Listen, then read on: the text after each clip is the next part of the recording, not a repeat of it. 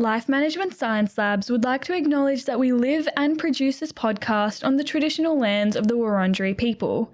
We'd also like to acknowledge the traditional owners of the lands of our listeners and our international colleagues. We'd like to pay our respects to their elders, past, present, and emerging.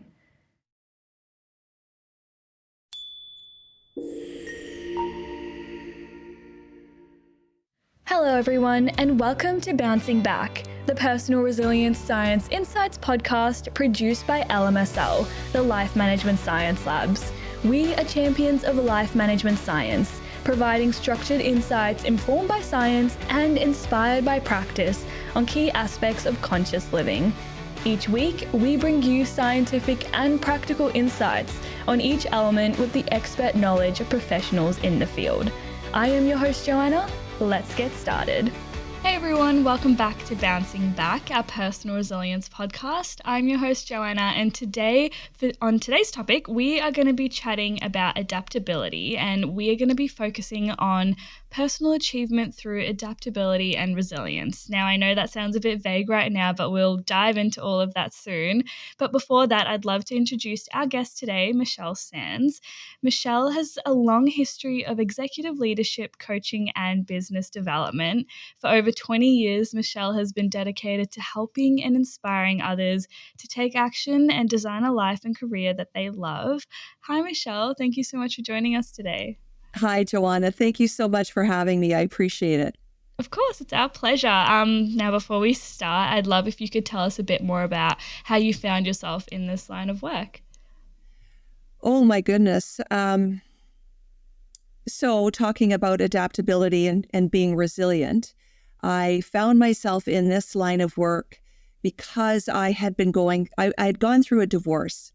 And I had a very young son, and I wasn't sure what I wanted to do. I had been working with seniors, actually, in the recreation department and helping build activities and things like that. And then when we split up, I decided to do a lot of exploration in personal growth, self-development.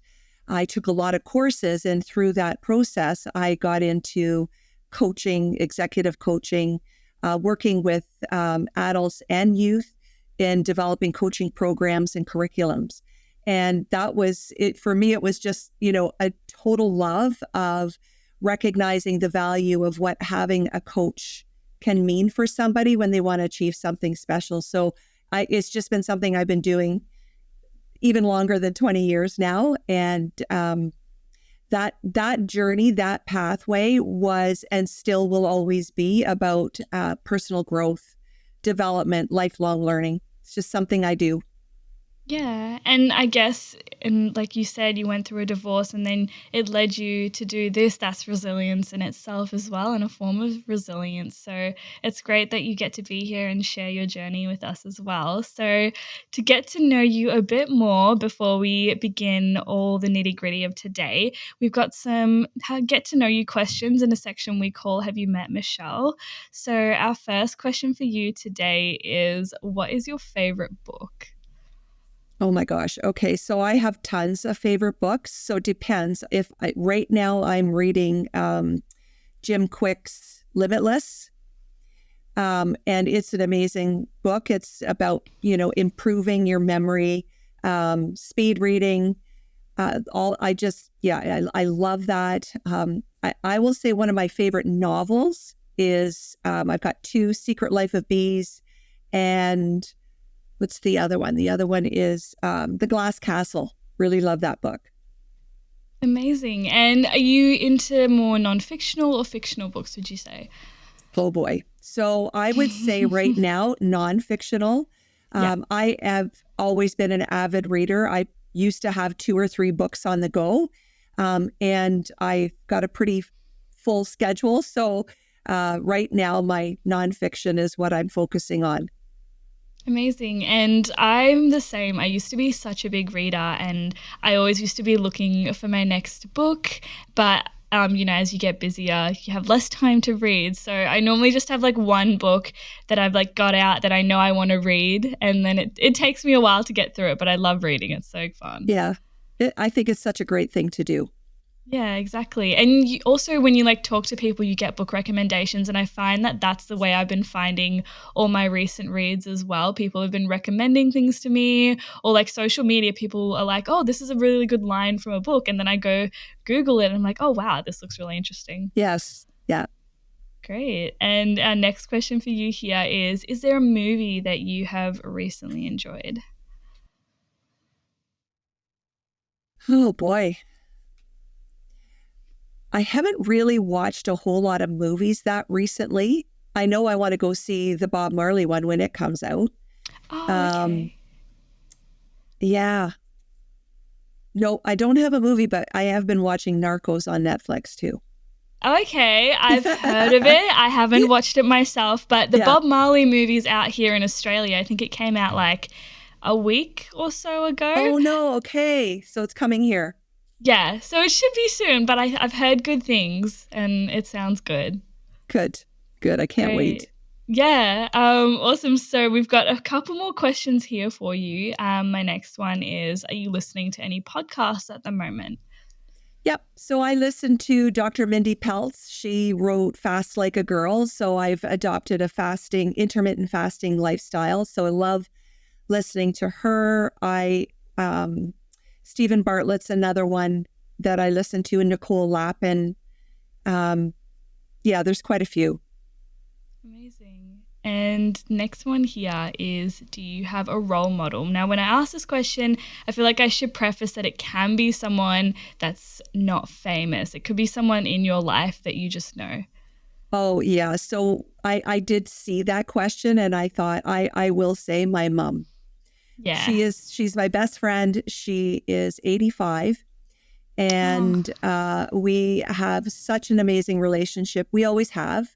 Um, sure, I yelled and screamed at her a lot when I was a teenager. And she has done so many incredible things for me, with me, and just that ability to be able to, um, I mean, she immigrated from Canada, or from Holland to Canada, and having to learn a whole new language, still be grammatically correct, which I think in this day and age is pretty amazing. yeah. She's an amazing person. I love her. Yeah, and speaking of like resilience, I feel like mums are so resilient. My mum's a migrant too, so am I. And it's just so amazing. Like, obviously, yes, when you're teenagers, you yell and scream at them and you're a bit hard to handle, which I know I have been. But ultimately, they're just always there for you and they're always so inspiring and they've got your back. And it's just so amazing to see what they do for you. Yes, absolutely. Yeah. Great. Well, thank you so much for sharing those with us. This brings us now to what we're all here for, which is our main interview. So, our first question for you is, given your background in executive leadership and coaching, could you define adaptability in personal development? Yeah. Um, that is such an amazing question, really, because you can get the dictionary definition, and it's actually, for me, it's about a practice. It's about a willingness to let go. It's about you being able to, I call it a dance. So I love dancing. I've done ballroom dancing, and there's always a leader and there's a follower. And if you tend to lead a lot, you're missing out on an opportunity to learn another way to do something. And that, for me, is what being adaptable is. It's situations that might not be going the way you think they are. How are you going to react? Do you want to adapt? So when I say willingness for me is key in absolutely everything. Because if you're not willing to adapt, then you're not adaptable. Yeah, and you mentioned this idea of letting go. So, what does that kind of mean in the context of adaptability and personal development? Yeah. So, you might be moving along in your career or life or relationships, whatever that is for you. And you've got a fixed point of view about how it's going to look. and what's going to happen. And all of a sudden something changes, or changes have happened. Maybe you get a new manager, maybe you have, maybe something's happened in a relationship. And that fixed point of view about how it was supposed to look now is looking very different. And the more you hang on for the way it should look, the harder it is going to be adaptable, to be resilient. So when I say let go, it's letting go of the expectations that we have, that you might have about what things are going to look like. It's being open to another possibility. Now, that doesn't mean that you have to let go of some of your expectations. It just means that you need to be unattached to the result. So I know that's kind of, that's deep. Letting go is a process. And, I think of, all the times that we worry about something and we hang on and we hang on, we're stressed, we can feel it in our body. And the moment you have where it's like, whatever that is, you've just handed it over or let it go or you give it up, that's that release that you can feel. It's like you're stuck in a fixed way of being and you can't get out. The moment you let go, so many things open up. Yeah. And I guess sometimes we hold on to things because they're familiar and they feel comfortable. And obviously we don't want to move into a place of discomfort or where we might be challenged. So I guess, is that where, personal development lies, when we are able to face those fears and those challenges? Yeah, I think that's one thing for sure. When I think of personal development, that's an individual, that's something that each individual is going to want to be able to figure out. What is personal development? For me, it's that I'm happy. I start with that. It's waking up every day, excited about what I'm working on, who I get to interact with on a regular basis. So if you're developing yourself personally, feeling happy to me is one of the first go-tos. That's something that I would always, and I do say to my clients, I mean, wouldn't you rather be happy? And that can feel really elusive. And how do we be happy? So personally developing yourself, creating strategies or a discipline for what that looks like. So maybe it's waking up early in the morning, meditating, listening to some uplifting podcasts, people that you aspire to. Maybe it's getting up and listening to your favorite musician, dancing, some of those things that help you identify what it is that you really want. That for me is personal development. Is like, what do I want? What do I need to do to get there? And who can help me? Yeah. And how do we know when something is holding us back and we need to let go of that so we can find better opportunities, whether that be in our career or personal life? Oh, such a great question. So I'm going to speak from my own perspective, like how I know when I haven't let go, or when I know I'm hanging on to something that isn't working. I feel a lot of self-righteous indignation towards something or somebody. I'm stuck in being right about how I feel about the certain situation. And I can tell I want to control things. So I want to take over. I want to tell everybody else why they're not doing it right. And the moment I start to do that, I can feel it. I can feel it in my body. I can feel, it's anger, it's frustration. Typically, it's some kind of negative energy that doesn't let you move forward because you're so convinced that the way you think it should be is right. And it doesn't mean that you have to let go of being right about it. It just means that it's not getting you anywhere. What value is it to you to feel stressed out about something when you could potentially create more opportunities for yourself and somebody else to contribute? Yeah. And how do you go about doing that? Again, it's a practice. So for me, there's nothing, it's not about perfection, because I can find myself in a situation, I'm going along, I feel aligned, I feel like everything's great. And then somebody says something or I notice something and I'm like, oh my gosh, okay. Again, is this happening again? If I didn't have my morning routine and my morning practice of meditating, taking care of my mind, taking care of my body, I think it would be a lot harder to identify those moments that keep you stuck and frustrated, or not able to let go of a perspective or a point of view that's holding you back. All those practices, for me, it sets the tone for the day. Yeah, definitely. And in your experience, how do individuals typically react to significant changes in their life? I would say for the most part that when you say significant changes, it's very stressful.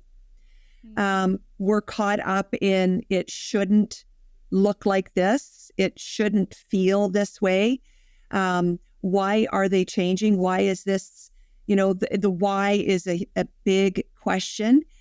And in my experience, there are certain, I would say, personality types that tend to get stuck more in not wanting to change because they have a very fixed way of doing things, which makes them really great at what they do. If they're that detail oriented, or they feel they need that structure, it may be very difficult for them to actually shift and change, because what I've recognized is that for some people, it has them feel like they're not doing a good job or they're not contributing. And so they're going to resist that change because it's making them be something different and do something different. Then I work with a lot of people, and I would say for myself, I fall under this category a bit myself, is I tend to jump into things, and then change is like swirling around me, and I'm like, oh my gosh, then I'm like, okay, what did I just do? Why am I doing this? And then I look at, okay, is this really the change? Like, do I have control over this? Do I have a say? And I would say for most people, when change happens, they feel like it's happening to them. Yeah. You know what I mean? It's happening to them. Yeah. So they lose their power. They're no longer able to say something to themselves to help them get to the next step. Oh yeah, I feel that is 100% true. And there's this saying that a lot of people feel like it's happening to them and not for them. And Yes. we Yeah. see change as this bad thing that's happening to us. And it's like, oh, why do we deserve this? What did we do to have this happen to us? Like, I thought I was a good person. I don't deserve to go through this. But then often change is something that is needed to get you to a better place. If you think about a lot of things in your life, for example, going from high school to university, that is a change, and it is scary, but it gets you from point A to point B. It gets you from being in this one place to a place where you can start your career, start, figuring out what you like and start studying that kind of stuff. So a lot of the changes I feel like that we've gone through in our life have been scary, but they've been for the better. And I feel like a lot of the time you can't see that until you're sort of at the other side and you've experienced the change. Well, and you make a really good point, because, there's transition every single day. I mean, you get Yeah. out of bed, right? So you're getting out of bed, you're moving into your day. If you're practicing and wanting to be disciplined with that, your awareness of those changes make it a lot easier when you have significant change. So, I'm going to share a story that, my own experience, in the last little while, I've been working with a bunch of people, and for quite some time, I would say that I would consider of myself have been in a leadership role. I was developing relationships with, a significant network. And I'd been doing that for quite a while. And then all these changes started happening, and I could feel myself. I identified with who I was being when I was doing that. And now I felt like things were being taken away from me, that I was no longer that person who was leading the way. I'm now just another person, in the bigger picture. And I could feel myself resisting it. I could feel myself feeling, honestly, being sucky about it. Like, oh, I don't like this. I feel like things are being taken away from me. And the moment I realized self-talk, what am I saying? And then I caught myself saying these things over and over again. I thought, okay, this is not being resilient. This is not, and I don't know that I would have said this is not being resilient. I probably would have been saying something like, okay, this isn't working. You're not feeling good. So what is it that you need to get right now? What are some of the things that you can notice for yourself that's going to help you move through this feeling of frustration, feeling like you're losing ground? And I had this aha moment of, what if right now, this is exactly what I need? What if right now, in this moment, I could admit that I did everything I was supposed to for that time frame, and now it's time for me to step aside or, just quietly go about doing other things. And this might sound a little arrogant, but allow others to do what they're supposed to do. And honestly, the moment I did that, I could literally feel my body just relax. And then I start laughing. So I often laugh at myself, which is, I can give you some strategies for that too. But really, it really is understanding that whatever your mind is thinking, your body is feeling it. So if you're uptight, if you're stressed, if parts of your body hurt, what are you thinking about? What are you saying? Exactly. And that sort of narrative and that story that we tell ourselves is really important. And I feel like another thing that I've heard is if you're not afraid of the change and if you're not fearful, let me put it in a better way. If you are fearful of something happening, that means you're on the cusp of something really great. Because I feel like if we continue to constantly be comfortable with what's happening around us, we're not challenging ourselves or not opening ourselves up to the potential for something else to happen, something better to happen. And I feel like adaptability comes in when we face new things and we're able to adapt to them or grow from them. And that's also where resilience comes in too. Absolutely. And as I'm hearing you, confidence is something that, for my clients, especially, like that is a huge issue for a lot of, I'm just going to say women right now. I think it's for everybody, but, we all go through things in life. So no matter what you have achieved or what you have accomplished, if you want to go through a change, and it's hard to see the accomplishments that you have. And so your confidence starts to feel like it's left you, or it's like, where did that go? And that resiliency is really about going, you know what? It's okay. It's okay that I might not be feeling as confident as I did, because guess what? I'm doing something I've not done before, or I'm in a different place. And I feel like we can be so hard on ourselves, on the stress that we put on ourselves to be perfect all the time.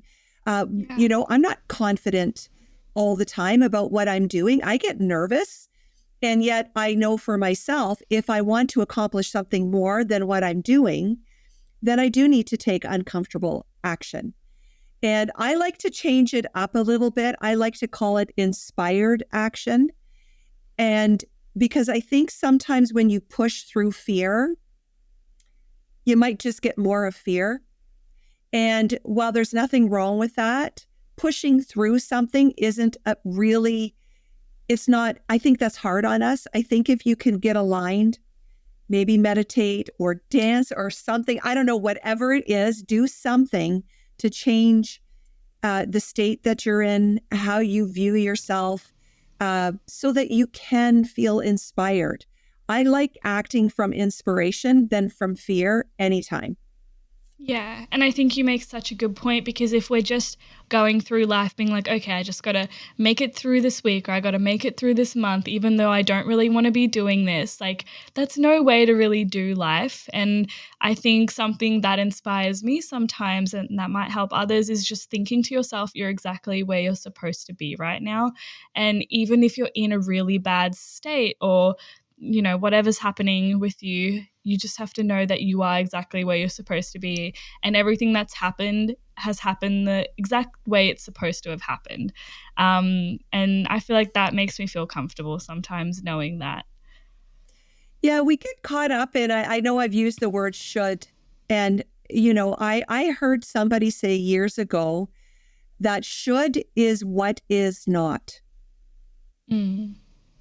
And if you think about it, we're so busy shoulding on ourselves. Well, I shouldn't be tired. I shouldn't be afraid. I shouldn't care so much. And the more we do that, the more that we're locking that in. It's like we're now beating ourselves up instead of, you know what? I'm tired right now. Okay, no big deal. I am afraid right now. Okay. Yes, it does feel like a big deal. I won't say that it doesn't for a lot of us when Yeah. we are stepping into something uncomfortable.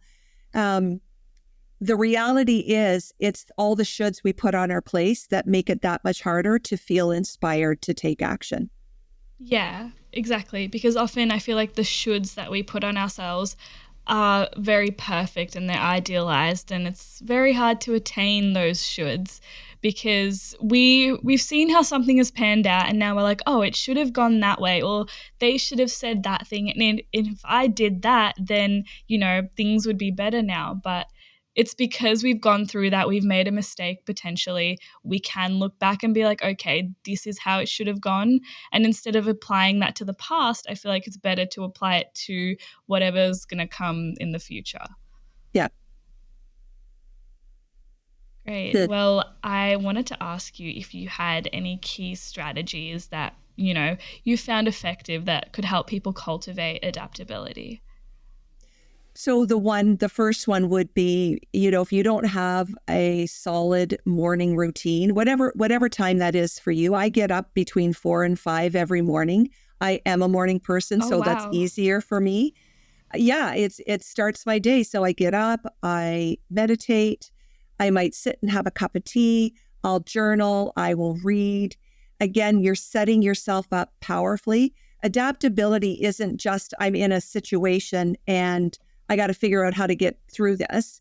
It's setting yourself up for success so that whatever shows up during the day, you feel more grounded and capable. And not only that, I get, it's you keep practicing when you're in a situation, you know, be willing to practice new ways of listening, new ways of asking questions, catching yourself in a moment of judgment, seeing if you can stop yourself. Now, I know that sounds, it doesn't feel as tangible as say, okay, get up early and then set the tone for the day. But if you're practicing any kind of self-improvement, self-development, and you're in a conversation with somebody, or you decide, okay, I want to work on this project with these people, you're going to put yourself in a situation where you're actually going to have to try on all the things that you say that you want in order to be resilient, to be adaptable. And you've got to say yes to those things. Say Yeah. yes to, I want to change. Yes, I might not know everything there is. Yes, other people can contribute. Yeah, and I guess adaptability, like the more you've been talking, the more I'm kind of noticing that it's a lot about accepting situations and accepting certain things. And I feel like this theme of acceptance is really big here. Yes. Yeah. Well, if you think of dancing, and again, I use that analogy because my husband and I had done ballroom dancing. And I kept saying to people, if you want couples therapy, go and do some ballroom dancing, because you really have to be with the other person. And, if they're going to lead you, you have to let go of being the leader, the one who thinks that they know better, because then the moves aren't going to be smooth. You're not going to be stepping the same. And so one person might have to let go more. One person might have to lead more. And if you think of group dynamics or, relationships that you have with, significant others, your coworkers, whatever that is, it always is a dance. And if you can see it from that perspective, it allows for everybody to show up greater, because nobody's competing for one perfect spot. Yeah, exactly. And before you mentioned this sort of idea of laughing at yourself, so I was wondering how, incorporating joy and playfulness contributes to building resilience. Yeah. So I grew up in a family that we had a lot of fun together, but we fought too quite a bit. But we always ended up laughing or making lighter of a situation, because we felt that, my dad had always a very positive outlook as well.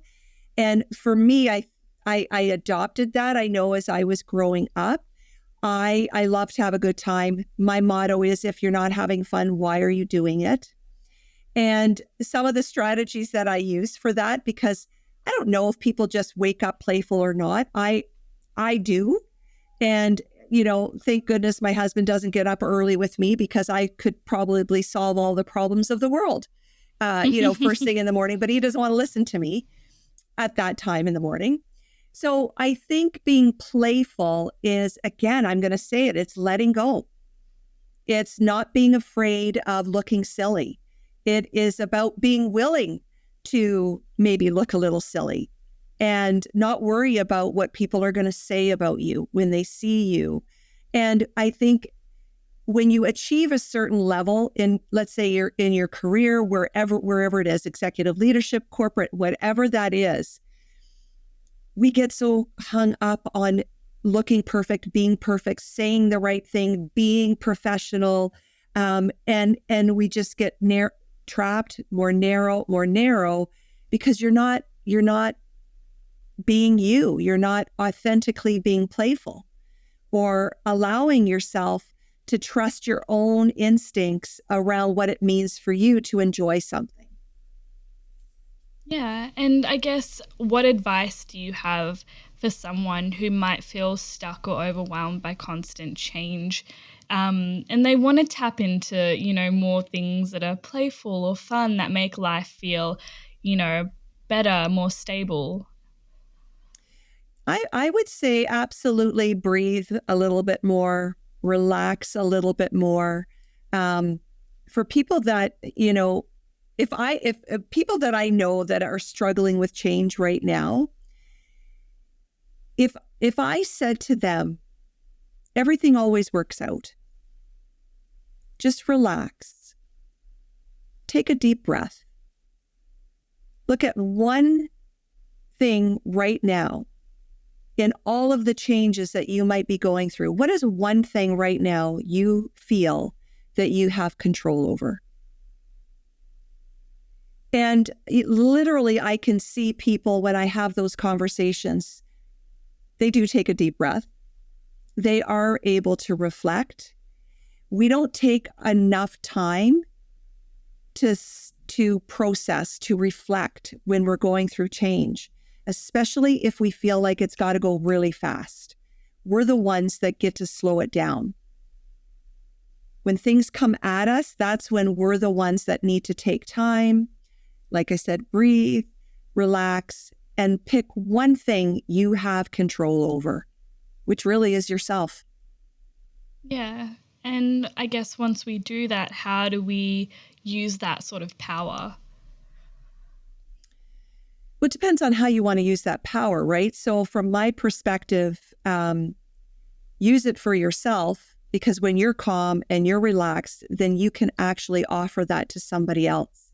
So just think about being in a room with everybody chaotically running around because this thing has to change yesterday. And if you've got a room full of people that are resisting it, they don't want it to happen, you're just going to get a lot of fighting, disagreements. You put one person in that room that can be calm and relaxed, you're going to start to see the shift in other people. For the most part, you become that role model. You become that person that people can say, hey, how is it that you're able to be calm? Because you can't control everybody else. You can just offer a way of being yourself, if that makes sense. Yeah, no, that definitely does. And thank you so much for sharing those insights with us. I'd love to, take that and apply it more practically in our practices and habits section. So here I'd love to ask if there's a practice that you recommend to deal with adaptability. Now, I know we've talked about a couple things before, but is there something that maybe you've personally used or something specific you could recommend? Yeah, so there's, it depends on what type of, how you want to be adaptable, right? So it's a pretty broad term. And maybe you're somebody that feels that how do I be adaptable at work? Okay, so if we use that as a reason or as a topic or a practice at work, being adaptable, there's books that you can read. There's actually Limitless, the Jim Quick book. He's got some strategies in there on how to work through, how to learn. So being adaptable is understanding what it is that you want to shift and then being able to practice it at work. So maybe it's this new change is coming and I have no idea how to do it. I'm afraid. Ask somebody for help. I listen to, so I love Tony Robbins and I love Brene Brown and Mel Robbins. Yeah. They've got some really great strategies to be able to, and again, there's all these tips and strategies that you can use. Be open, be willing, let go. Every single one of those, you have to actually practice. And you have to maybe not put yourself in a situation, although I would say that's one way, but you find yourself in a situation where you don't want to change. Ask yourself, what is it that I could learn from this if I were to let go and not be so upset about what change means? Yeah.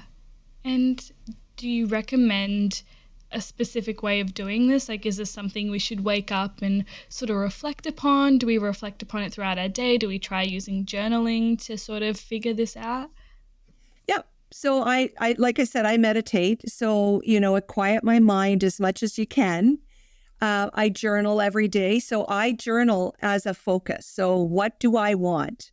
What do I want to feel during the day? I don't focus on what doesn't feel good. I don't do that. And enjoy the listening to what other people are saying, what they're not saying. When you go in your day and you've got this to do, I've got this to do, I've got that to do. I can tell you, even today, for myself and then preparing for tonight, I could find myself, I'm excited.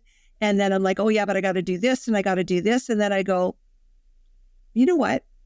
Just relax. It's all good, right? It really is. And I do get off on being busy and, thinking I've got so many things on the go, but really, I love, you can have ease and be busy and have a full schedule and not get caught up in having to produce all the time. Because the most important thing, as far as I'm concerned, is that you feel good, your body feels good, and you can relax. Yeah. And how is this sort of practice help your perception in life of, I guess, resilience? Oh, it's so many ways. I used to be very reactive. And you think you have a good reason to be reactive, especially when, I was going through the initial divorce and having to share my son with another woman. I mean, pretty tough. And so I knew that if I was going to continue down that path of feeling jealous, um, angry, bitter, that I wasn't going to be happy. And then for me, it was like, if I am not happy, how can I be a good role model for my son? Because it's not Yeah. what you say. It's how you're being. It's that you are actually walking your talk. You're practicing letting go. You're practicing um, being resilient. So for me, sharing my son at 1 years old with another woman, I had to learn that other women, other people can contribute to his life and that it's meaningful. Believe me, I didn't do it overnight. It Yeah. didn't happen just like that. Um, but it's those situations where to this day, I appreciate so much. Appreciation is huge. Being thankful that I went through that, because I feel that in this moment, my life is richer, more rewarding. And for the most part, my son was able to learn how to be adaptable living in two homes because we're figuring it all out as we go. Yeah, definitely. And I feel like appreciation really helps with letting go of things as well. When you come to appreciate something for what it is and not what it should have been or could be, then you're learning to also not only forgive, but also move on at the same time, which, helps open yourself up to whatever's, coming ahead. For sure. Yeah, great. Well, thank you so much for that insight and also sharing your personal experiences as well. I feel like when there is a personal story attached to something, it becomes so much more relatable and we can see how people deal with this in their life as well. So, I'd love to ask how you think this practice has impacted your perception in life and on resilience as well. Honestly, I would never go back. It has changed the way I focus. It's changed the way I think about other people. I'm not as suspicious. I'm more trusting. I feel that there are a lot more opportunities because when your practice is about feeling good and being in your life instead of on the outside of it, um, things open up more. You're happier. I know I am. And I know that the more problems you have, the more you're doing. So are they really problems or are they opportunities? I think when we feel that there are no, I mean, I just can't imagine what it would be like um, to not go for something, to not learn how to be adaptable when life sometimes comes at you so quickly. If you don't adopt a practice, life is going to have you. You're not going to have it. And I would say I'd say that's the number one thing for me with being adaptable and resilient, is that you have a say in how things come at you because you're ready, you're prepared. Yeah, definitely. And I think that's so important as well, that readiness. And also, I love how you mentioned like not feeling like you're on the outside of your life, but you're actually like living your life. You're not just like going through it because you have to do all these things. You have to go to work, you have to go to the gym or whatever you do. But you're actually present. And I feel like that's so important as well to being happy, because when you're present, you're accepting what you're doing and you're like, yes, I want to be doing this. I'm grateful to be here as well. Yeah. Yeah. And that's where you just said gratitude, like appreciation. if you can wake up every day, I walk a lot. And so that's another form of meditation. But if you look at nature and you see, all the different things it goes through, trees leaving, and then in the fall, the leaves fall off. Like that's how we were meant to live. And I mean, the tree's not judging itself for losing its leaves. Yeah, So, exactly. why as human beings, we think about these things, but we do. And if we could just take a moment and just appreciate what we have and where we are, I think that makes it a lot easier to be adaptable, because then you're not the only one we can get so significant and so stuck in being perfect that we miss the opportunities of all being together on the same planet, worrying about the same thing sometimes, all wanting to be loved, all wanting to be accepted. To me, that's being adaptable. Yeah. And I feel like what you mentioned before about like trees and like losing their leaves is so beautiful, because it can be like an analogy for life. Like trees, they lose their beautiful leaves and they kind of look a bit ugly. They look a bit awkward because there's nothing on them. But then, they grow again and it's even more beautiful. And then, comes spring eventually and everything blossoms and it's so beautiful. And you forget that you were once just this, tree without Yes. leaves, I guess. Yeah. Yeah.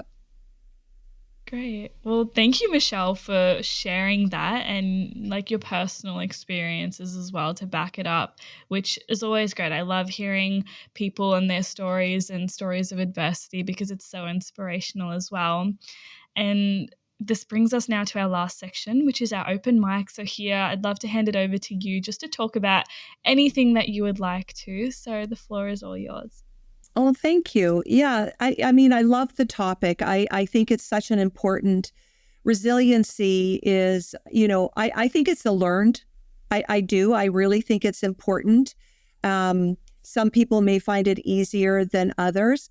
I think I had mentioned to you, I mean, I work with women. One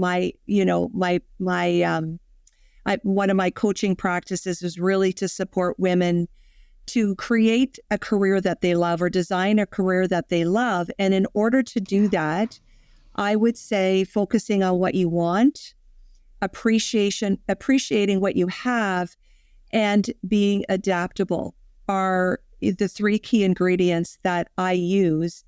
And this is, why I love the topic so much. And I feel for women in particular, because I'm a woman, I'm just going to say, I know everybody goes through it, but you get to a certain stage in your life, and whether you have kids or don't have kids, as you grow, there are so many things that we go through, our bodies go through.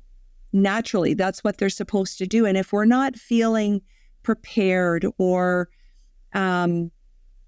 wanting to be able to feel that empowerment, I just feel like we're missing out on something. And I truly believe that we are all meant to be creators, to want more and to go for it. And your life it's a journey. I don't think we're ever going to accomplish maybe all the things we want to. And I think that's a great thing. Yeah, definitely. And empowerment is so important, because I don't feel like everyone gets the chance to feel empowered, because a lot of people think that it's this really far-fetched concept of being and feeling empowered and inspired and motivated all the time, because sometimes you might look at your favorite influencer and they seem so empowered and motivated and you're like, wow, I just can't reach that level that they're on. But I feel like if you can feel empowered, you really feel like you can stand on your own and do whatever you want and need to do. And that's just such an amazing feeling. It is really like if you're comparing yourself to somebody else and you're stuck on that comparison, you're done. And so it's great to have influencers or people that you emulate or want a role model. I think that's important, but everybody has something. Every person has gone through some kind of trial and error, some kind of challenge. They don't all look good. Nobody wakes up, looking perfect, whatever that's Yeah. supposed to. And I think sometimes, we do get caught up, and I do, not as fancy of a podcast, but I've started doing video chats with women on how to ignite your confidence and have more fun in your career, because it's unfiltered, it's unedited. Unless there's something blaring, I want people to know that I make a lot of mistakes. I don't always look perfect, and I like to try. I'm not saying I don't, but I think if you really want to be authentic, it means sharing those moments when you're struggling about something. It's not all, and to me, that's part of the happiness. That is actually part of setting yourself up for success. All the things that come at you that don't feel great, it's like, oh, I did that. To me, that's empowerment. It's like when you can own it all and embrace it all, there's joy in that, and there's power in that, because now we really aren't the victim of life. We're the ones that are creating it. And I think you said it earlier, Joanna, about, life doesn't happen to us, it happens for us. Yeah, exactly. And I feel like once you stop seeing yourself as a victim to all the bad things that might have happened to you, that's when you really start to see opportunities for yourself. Because if we just stay in this idea of like victimhood, we're really just, dampening our own empowerment and our own, power within ourselves as well. Yeah. Yep. Great. Well, thank you so much, Michele, for joining us today. I had so much fun talking about this topic, and it's basically like a topic of life. It's so relevant. I feel like everyone can relate to this, and everyone goes through these types of things in their life where they need to adapt, where they need to learn how to let go and build resilience. So it's a really important point of conversation. Thank you. Yeah. Well, for those of us who want to find out a bit more about you or your work, where can we go? So you can find me on LinkedIn. And my website is www.regal-insights.com. And yeah, you can see all the programs that I offer there through my coaching and my courses. Those are the best places to get a hold of me. You can call me at 519-317-2546. But yeah, LinkedIn and my website's a good place to get a hold of me. Perfect. Well, thank you for that. And if you didn't catch that, we've got it down in the description below. But to everyone listening, thanks so much for tuning in, and we'll see you all next time. You have been listening to Bouncing Back, the Personal Resilience Science Insights podcast produced by the Life Management Science Labs. Listen to episodes from LMSL's 10 Life Management Perspectives on Apple Podcasts, Google Podcasts, Spotify, YouTube, or other podcasting apps on your smartphone. If you enjoyed this episode, please consider rating our show, sharing it, and subscribing to our channel, as it helps other people find it and us grow to bring you more quality resources. More of our work can be found on our website, pr.lmsl.net, where you can join our movement. I'm Joanna. Thanks for tuning in.